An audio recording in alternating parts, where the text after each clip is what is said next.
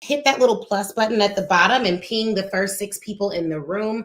My name is Ashley Kirkwood. Super excited to be here with you guys. I own Mobile General Counsel, a law firm, and I run the Speak Your Way to Cash brand, which is a podcast, event series, and coaching program. This morning, we're talking about what I wish I knew when I first started my speaking career. And so the first thing that I wanted to talk to you guys about is there's not a magic number.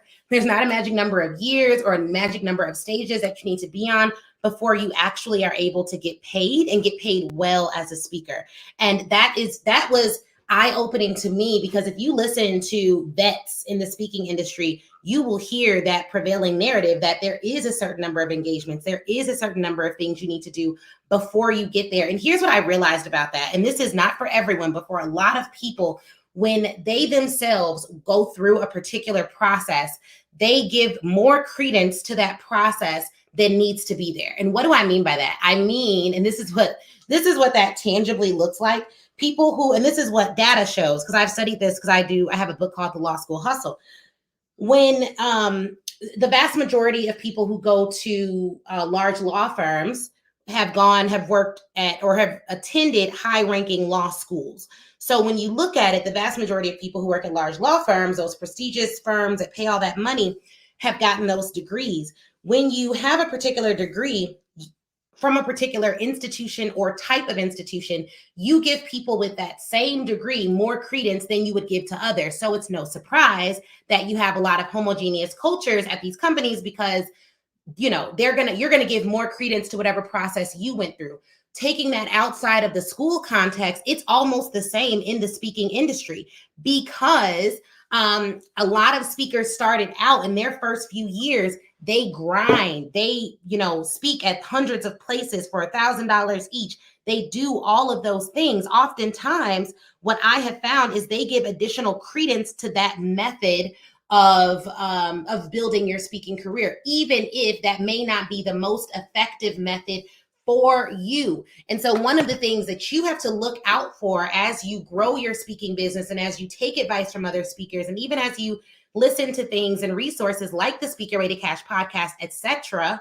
I'll say everyone that I have on my podcast has built a career that I think is worthwhile. It doesn't mean I agree with the process by which they've used to build it, but I am a big proponent of giving people a variety of different aspects. And so I'm always going to interview people who have different thoughts on things, even if we don't disagree. Now, if they say something that I think is fundamentally wrong, you'll probably hear me on the show make it short, or I will if it's egregious, I'll cut them off and say that I disagree or have an opposing viewpoint. But I just wanted to put that out there, because there are a lot of people, if you go back and listen to the show, especially in the earlier years, that really did believe you had to do these things, you need to speak for free, young speakers are just being lazy, etc. And I think that sometimes it's culturally insensitive to assume that everyone can just work for free for years and hope that it works out. A lot of times that lack of strategy does not work for everyone, particularly the Black speakers that I work with. We don't have time to speak for free and hope that it sticks. Most of us find success when we have a very targeted strategy that will advance our careers. And so everything that you need to do in your speaking business needs to have a strategy behind it. And let me be very clear, it could be that based on your specific business model, you have determined that speaking for free is a part of that strategy. And if you've determined that, then, more power to you. That's totally fine. That's totally fine. But you don't want to do it. And you don't want to have a strategy that's based on like hope and nothing else, right? So you don't want to be speaking for free, hoping that it will actually lead to business, and it's not a part of a concerted effort or some type of a strategy. That person does not have a platform that you can leverage. Your ideal audience is not in the vicinity of where you're speaking. They're not going to hear your speech. You don't have a follow-up plan. All of those things will keep you from getting to the level that you need to get to. Okay, so welcome to the Speak Your Way to Cash Lounge. Now we're actually in the lounge. Now we're doing the event there. We're recording this on Clubhouse and also for my podcast before I open it up to questions. And so I want to make sure that you all know that. So number one, that strategic lens is super important. You got to have strategy. And I wish I knew that going up. Here's something else I wish I knew. I wish I knew that someone making a certain amount of money in their business did not mean that I need to take business advice from them. I'm going to repeat that because I think a lot of people get that confused, and I can tell they get it confused based on the names of the rooms on Clubhouse. So just because someone makes a certain amount of money in their business, it does not mean I need to listen or take advice from them. Here's the key here. I can learn from absolutely anybody, but it doesn't mean I implement the advice from everyone. I can learn from absolutely anybody. It does not mean I implement the advice from everyone. And I think that if you all can get out of your heads this notion that what I make is who I am, you'll be able to dominate the market in a way that you would not believe. Because what I see keeps a lot of people back is they have levels to who people put value and levels to their self-worth directly in line with like what someone makes or where someone works or who someone is. And when you do that, it is very, very, very difficult to pitch appropriately because you're too impressed by the person on the other side of the pitch. You cannot be impressed out here, because if you are too impressed with the job title of someone or how glamorous the stage is, you are more than likely going to be underpaid. Okay? Because you will not put every single person through your process. You will not evaluate every opportunity by the same framework. And that framework should be developed to protect you and to serve your clients. And if you are too impressed, you often will always go for the big stages versus the stages that pay the best. And one of our values, if you apply for Speak Your Way to Cash Academy, you'll know that we give you a training that you can watch. And that particular training says it goes through our values as a company. And one of our values as a company is that we value getting paid more than we value pretty stages. And I say that because I don't want people to get confused and believe and think that just because their stage is not pretty, it doesn't mean that they're going to get paid. And that's just not how it works. A lot of times, the organizations that have the budgets may not be the most glamorous organization. And this is also why you do not want to get too enamored or too impressed with where someone has spoken when their strategies may or may not lead to you having success in your case. And I've seen people where they're like, a speaking coach may say like, hey, I just booked a contract for $500,000. You don't know anything about the behind the scenes of how they booked it. You don't know if there was a process to it. You don't know if they have something they can give you that'll help you do the same. And so you work with them thinking because they're successful, they're going to make you successful, but they don't have a strategy behind their success. And so no, it won't work for you.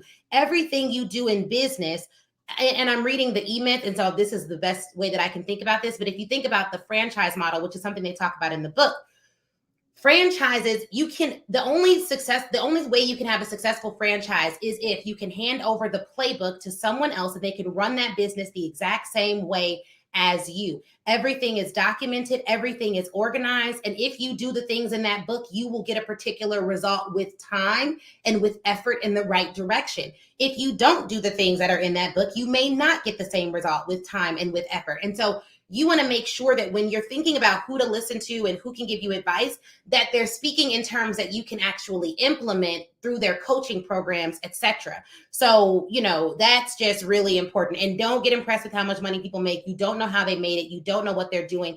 And I personally think, it's cool as a marker, like, okay, they did well. Maybe they can help me do well. That's a good first step. I'm not saying discount it. It's a good first step. But you want to also make sure that you can learn from that individual, because for me, I spent time in the very beginning listening to people who were building a business with a model that I did not think worked for my business. I never wanted to do 100, 200 engagements a year at $2,000, $3,000 a pop. It just seemed like I'd always be hustling for business. And both my law firm and my speaking business is based upon serving clients deeply, not getting new clients every day. Although we do have marketing materials that we put out and sales strategies that we utilize to get new clients. And we also have something that we can turn on and get more clients, or turn off when we want to, level out. Like right now, we're trying to work on our processes and work on our systems and ensure that we're able to serve deeply. In order to do that, I may need to not be pitching 100 to 200 clients right now, because I know I would get so many additional clients. We're also in a huge hiring phase. And so because we built our business on a structure and on a system that is repeatable, we know, okay, we need to slow it down a little bit We're still going to do our content marketing because that's going to give us affirmatively 2 to 5 calls per week. We know that we can manage that. We're going to be closing 4 to 5 new clients per month. We'll still reach our goals, but then we're going to ramp it up in Q2 because we know that if we send out this email sequence to this amount of people in this particular industry, we're going to be able to ramp up. And so you want to have a system that you can put in place that will give you some level of predictability. And when you get a client, you should look at them as though they are your forever client, because here's what clients do. People change positions, people go to different jobs, but that individual, that person you made that initial connection with, you should always be looking to serve them deeply. Okay, so I think I've made that point. Here's another thing that I wish I would have known when I first started my business. Track everything. And here's what I wish I would have tracked from the very, very, very beginning. In the very beginning, when I started my business, this is what I did. And I'll tell you guys, I don't think it's not how I teach now, but this is what I did. Okay. I focused solely on selling. I didn't care what else was going on. But focused solely on selling. And then when I got clients, I focused on serving. But it became like 60% sell, 40% serve. And so then I had to hire other individuals to do the service 100% of the time. So we had full-time, whether they were contractors or employees, we had people full-time. Their entire job was to serve the clients, check in at a certain point, send a monthly check-in email, etc. But my role, and the way that I see my role still in the company, is to ensure that this company has the cash flow that it needs to succeed. Both of my companies need to have the cash flow that they need to succeed. I also see myself as the visionary for making sure that clients are getting served in the way that they need to be served. I find that in a world where everything is virtual and a lot of people automate, people like personal touch. So we need to have someone who can text them. We need to have a system that will allow people to text us. And they may not get a response right away, but they have a way to get in touch with us, and they can text us and I can send voice notes back, etc. So for like the Academy, we have a coach. I have an instructional designer that works on the Speaker Ready Catch side. We have a virtual assistant that works on the Speaker Ready Catch side. We've hired a customer service consultant that works there. But in the very beginning, before I had team members, I just wish I would have tracked everything, because what I found was that I was not tracking enough stuff. So here's what I wish I would have tracked. One, engagements. I should have just had a Google sheet. This is very simple. We eventually started doing this. Everyone should do this. Just a simple Google sheet that tracks every single engagement that we land. And for that engagement, we should track the name of the client, the name of any additional people at the client that we talk to, at least 2, the name of the person who handles, because typically when you book a client, you're going to have your point of contact, the person that brought you in. That may be an employee at the organization. Then you're going to have a contract or a vendor contact. Like, this is the person who's going to set you up as a vendor. You're going to speak with them back and forth. They're going to get your stuff signed. They're going to make sure your invoices get paid. They are administrator extraordinaire. And then you are going to have someone else at the client who is handling the event. There may be some other person that works in the same department, etc.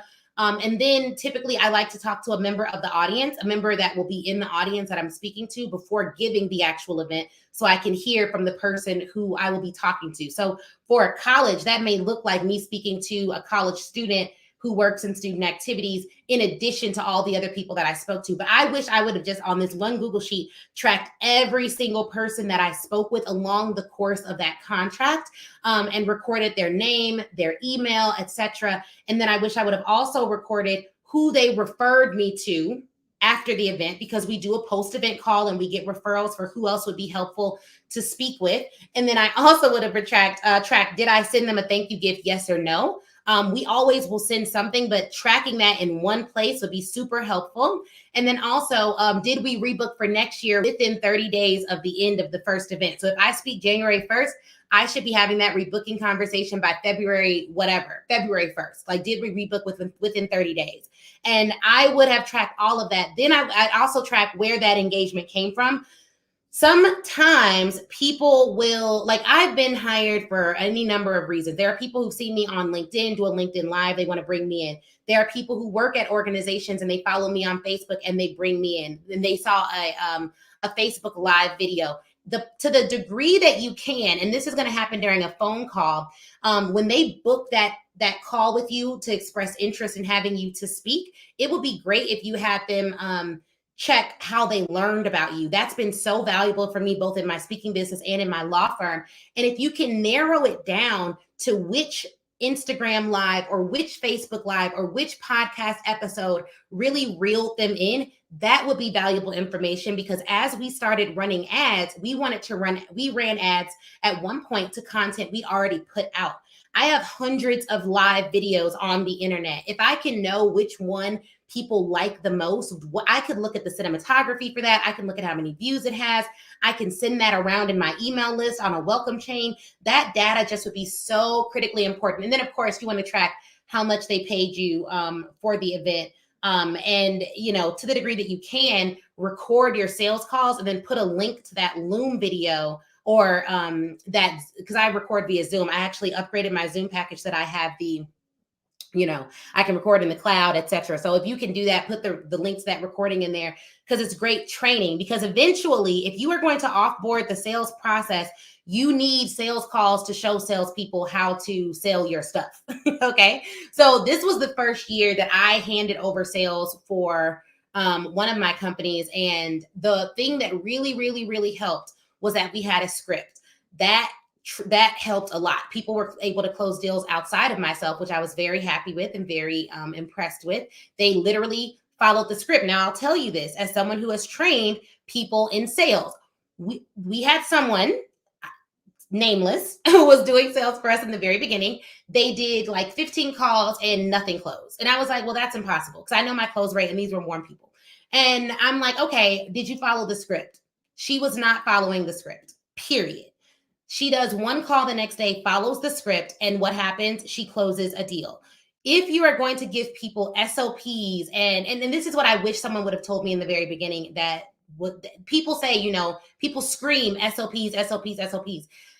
If you have a team that started with you before you had SOPs, and then you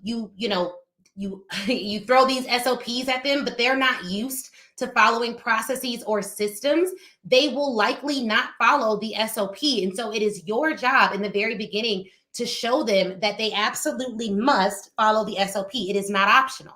And so if you have a process by which you've sold clients, and and you can go back and look at your calls with particular clients, and you can see, okay, this is the verbiage that is utilized when I am working with clients, and this is what resonates with them. This is what every single college admissions advisor that I've spoken to over the last 30 days has said over and over again. Then that is going to be stuff that you need to put in your script. And that script you need to develop, and you need to follow the script, and whoever else you're working with needs to follow the script. And importantly, this is what people try to get out of when doing sales. You need to ask them to take action at the end of every call, every single time. And then you want to use a CRM. Now, here's what I did. And this is so bad, guys. You all are going to be like, Ashley, I can't believe you did this, and you teach this stuff. This is what I used to do. I would have a CRM, and I would utilize the CRM for pitching, but I would not put all of my notes in the CRM. We've changed that, but that is one of the things that I wouldn't do. I would keep my notes in Google Docs, which is fine, but then you need to take that Google Doc link, copy that link, and put it in the CRM. And because when you have a sales script, we also have a chart that we fill in for one of my organizations. We have a chart that we fill in for each and every person that we get on the phone with. And that chart is the same because the script is the same. So if you're going to utilize scripts and charts and SOPs, just make sure that you have everything in one place, so that if someone else were to come and wanted to pull up that client file, they would know exactly what they need to do. So that's definitely something else that I wish that I knew early on in the beginning. One thing that we did well in the beginning is batching content. We consistently put out content. I think content is amazing. If someone does not close, but you have a good call with them, putting them immediately in a sequence that's going to nurture them for the rest of the year is very, very, very powerful. That may look like just having a monthly newsletter that goes out to a particular audience that fits a particular demographic or some information like that. That's really powerful. So I wish I knew those things. So for those of you just joining, if this is good information, you may have friends that are awake now, so you can just hit the plus button if you're listening in on Clubhouse and invite the first 6 people that show up on there. So this is really, really what I wanted to let you guys know. Some of the things that were mistakes that we made in the very beginning. I used HubSpot. to start off, and I still use HubSpot today. I've tried others. I like how easy HubSpot is to use and how simple it is. But that doesn't mean there's not other good ones out there. I just personally use HubSpot, and I like it because it's easy and it's simple, and it can scale with you. So that's a good thing too. All right. So that is going to be really, really, really helpful. So I think that one of the things that I would say to everyone who's starting off in their speaking business, to make it plain and simple to understand, number one, you do not have to speak for free in the beginning if you have an expertise that is proven already. That expertise may be something that you do in your professional life. It may be educationally driven. So it's something that you have studied, and so you know it really well. You already have a framework and a process to put people through. You don't need to speak for free. Number two, track everything from the very, very beginning, especially all the information you can about your speaking engagements. Track if you speak for free. Track if you've spoken for pay. Track what you've asked them to give you. Track, like, record everything. Record everything. It may not be good audio or video in the beginning, but that's 100% okay. Record everything in the very, very beginning. That's still going to be very valuable and helpful to you. And make sure that you're tracking the metrics that mean the most to you in your speaking business. So we've been on for a little bit. I've told you guys some tips and things that I wish I knew in the very beginning. If you have any questions at all, please let me know. You can drop it as a comment or raise your hand, and I will try to get to you. But those are some of the things that I just wanted to point out that I wish someone would have just made plain and let me know about in the very beginning of my speaking career.